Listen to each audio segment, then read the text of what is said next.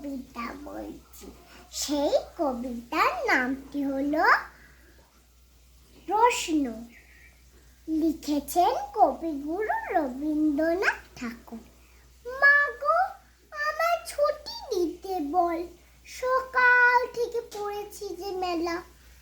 এখন আমি তোমার ঘরে বসে করবো শুধু পড়া পড়া খেলা। তুমি বলছো দুপুর এখন সবে, না হয় যেন সত্যি হলো তাই। একদিনও কি দুপুর বেলা হলে? বিকেল হলো, মনে করতে নাই? আমি তো বেশ ভাবতে পারি মনে। ছুটি ডুবে গেছে মাঠের শেষে, বাতনি বুড়ি চুপড়ি ভরে এনে শাক তুলছে পুকুর ধারে এসে।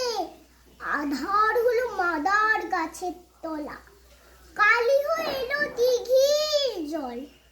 হাটের থেকে সবাই এলো ফিরে, মাঠের থেকে এলো চাষির দল। মনে কর না উঠল সাজের তারা, মনে কর না সন্ধ্যা হলো যেন। রাতের বেলা দুপুর